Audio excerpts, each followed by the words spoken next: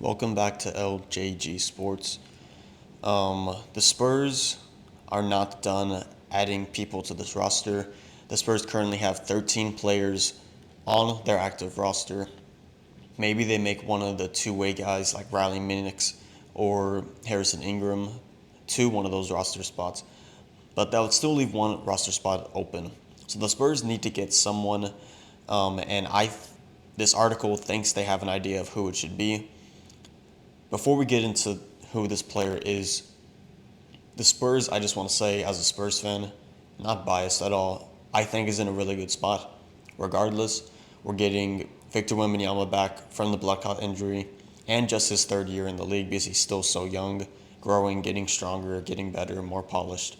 We're getting year two Stephon Castle, reigning Rookie of the Year. We're getting possible Rookie of the Year candidate Dylan Harper.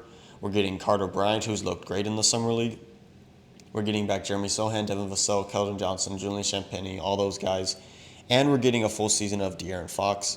Not only a full season, but a full offseason with De'Aaron Fox and Wemby, that duo that we really didn't get to see much of last year because Victor Wembanyama had the blood clots, and then De'Aaron Fox later had season-ending surgery on his pinky.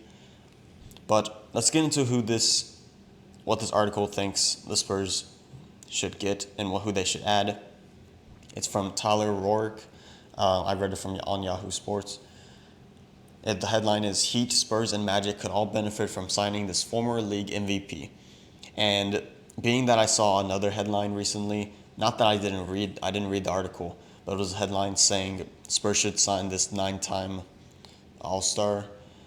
I was like, it made sense to me who it was, and reading this article confirms it. They're talking about former MVP Russell Westbrook. Now, do I think Russell Westbrook is valuable to certain teams, and can he have value to a championship team? Yes, I do. Do I think that he is a fit with the San Antonio Spurs? No, I do not. And there's a couple of reasons why. Number one, what does Russell Westbrook bring to a team? He's not the best scorer anymore, and he's not the best outside shooter, never has been. So he's not going to add that. What he will add is effort, rebounding, and assist. That's something that's been constant through his career. We saw that with the Nuggets last year.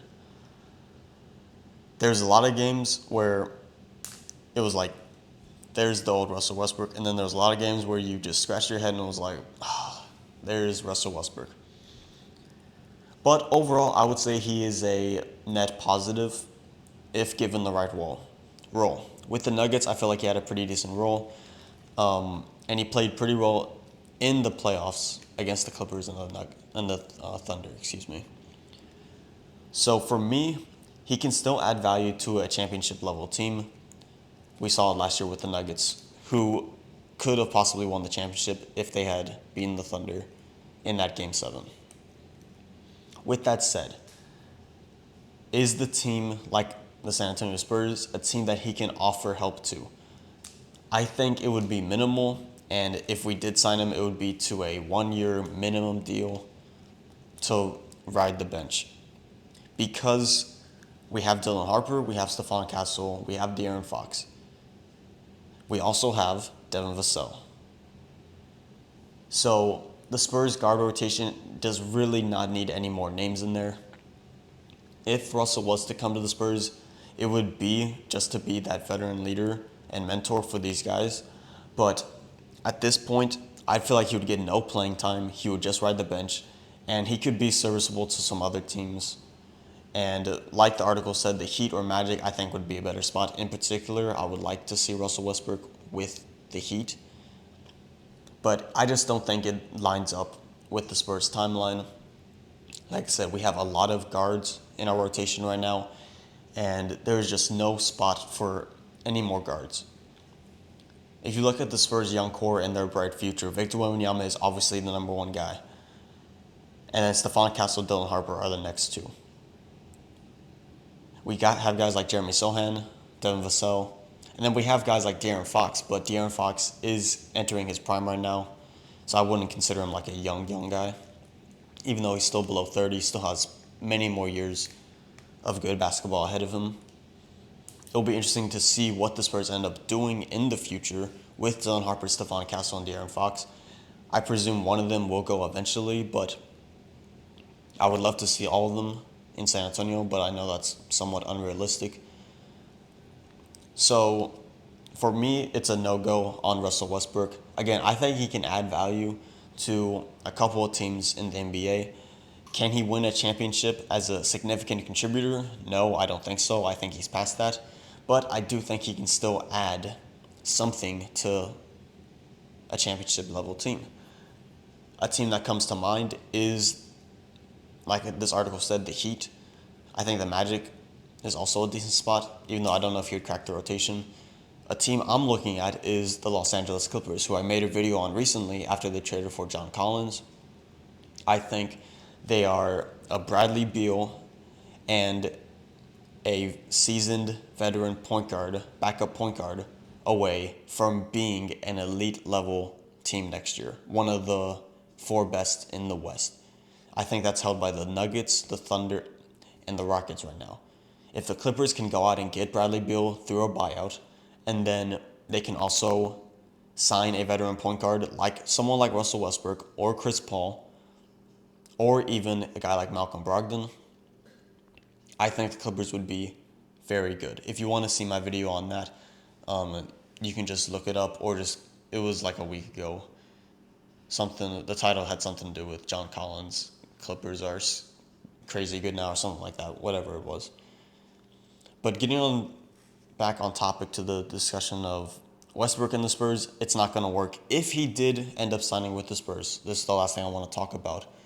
What would it look like and how would he fit? Again, I think he's 36 years old, coming off a decent year, but nothing to earn him anything more than the veteran minimum, or not significantly more anyway. So I think it would be on a 1-year deal, something like the veteran minimum. And would he crack the rotation? I don't think so. I think the guard spots the minutes are going to be tied up into De'Aaron Fox, Stephon Castle, Dylan Harper, with other guards like Devin Vassell, Keldon Johnson taking up minutes. And then we still have wings like Julian Champagnie, Carter Bryant, Jeremy Sohan, who are going to get that playing time.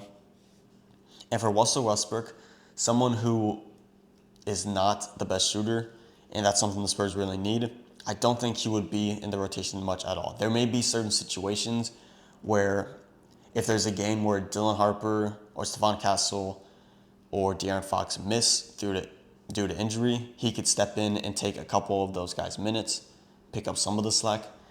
There's also situations where I could see them if they want, the game's getting out of hand and they want some energy to change up the mood, you bring in Russell Westbrook. There's also a situation where I could see if they needed some size and good rebounding out there, which the Spurs did struggle with when Victor Wembanyama was not on the court last year, they could bring in a guy like him who is still a pretty good rebounder at the age of 36. But for me, I just don't think it's likely that the Russell Westbrook would sign with the San Antonio Spurs. I do think the Spurs are to get 2 more players to fill out this roster, at least 1 more. Is it Riley Minix? Is it Harrison Ingram, one of the 2-way guys? Is it David Jones-Garcia, who's been making headlines and highlights at the Summer League and has been the Spurs' best player through the Summer League? Who knows?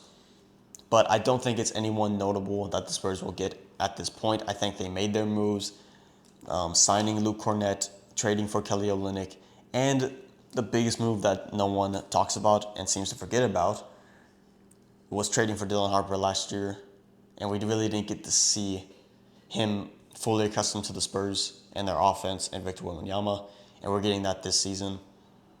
So that's what I'm really looking forward to. De'Aaron Fox, Wemby, Castle, Harper, Vassell, Sohan, Champagnie, Johnson, Barnes. It should be a fun Spurs team to watch next year. Let me know down in the comment section below. If you're a Spurs fan, would you want the Spurs to go out and sign Russell Westbrook? Even if it is a very limited role and he's just riding the bench. Again, if he wants to do that on a 1-year veteran minimum, I don't see the harm in it, but it just doesn't make any sense for either party at this stage in his career and during the Spurs' current timeline. So that's my take on it. Let me know down below in the comment section below what you agree with, disagree with. I'd love to hear from you guys.